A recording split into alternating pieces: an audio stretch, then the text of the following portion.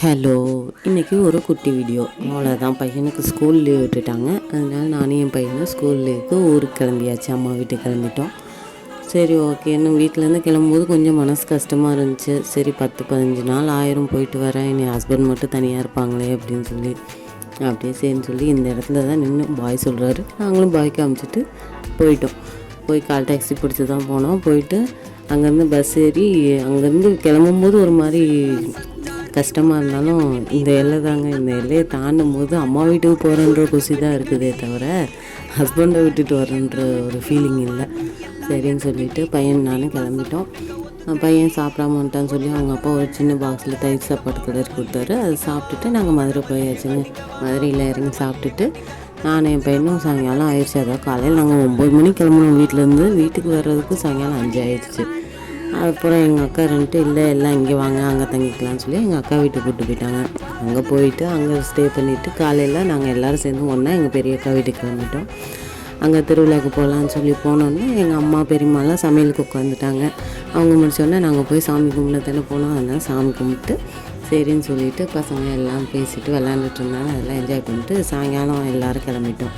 கிளம்பினோன்னா சரி எல்லோரும் வேஸ்ட் சட்டை கட்டியிருக்காங்கன்னு சொல்லி ஒரு ஃபோட்டோ எடுத்துகிட்டு என் பசங்க 3 பேர்த்தையும் ஒரு ஸ்டைலில் நடந்து வாங்கலான்னு சொன்னால் அவனுக்கு வேஸ்ட்டியே மடித்து கட்ட தெரியாமல் நிற்கிறானுங்க.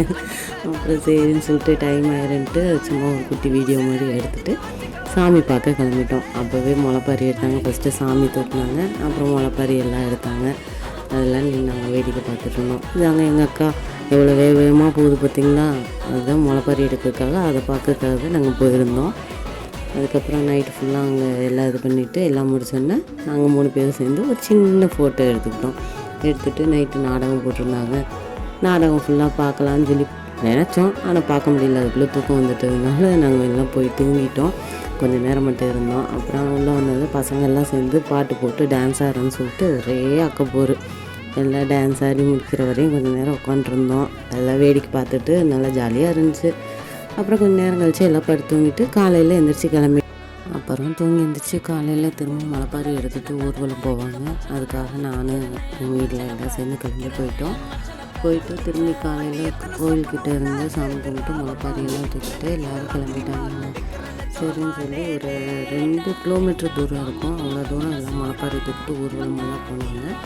மெயின் ரோட்டில் கொஞ்சம் நேரம் நிப்பாட்டி கொஞ்சம் நேரம் டான்ஸ் ஆகி அந்த மாதிரி போனாங்க. அப்புறம் ஒரு இடத்துல போய் வச்சுட்டு எல்லோரும் சேர்ந்து நைட்டு கும்மி அடிப்பாங்க. அந்த மாதிரி பகல்லையும் கும்மி அடித்தாங்க. அங்கே நின்று ஆடுறாரு, அவர் தான் எங்கள் மாமா. அந்த மாதிரி எல்லாம் பார்த்துட்டு என்ஜாய் பண்ணிவிட்டு திரும்பி அங்கேருந்து வேறு இடத்துல ஆற்று பக்கத்தில் கொண்டு போய் கிடைக்கணும்னு சொல்லி அங்கே போய் வச்சு ஒரு தடவை கும்மி அடித்து டான்ஸ் ஆடி எல்லாம் முடிச்சுட்டாங்க. அது வரையும் பார்த்துட்டு என்ஜாய் பண்ணிவிட்டு அங்கேருந்து அப்படியே கிளம்பலான்னு ஒரு முடிவு பண்ணிட்டாங்க. சரின்னு சொல்லி மதியம் சாப்பாடு ரெடி பண்ணுவாங்க. சாப்பிட்டு கட்டிட்டு நாங்கள் மதியமே கிளம்பிட்டோம்.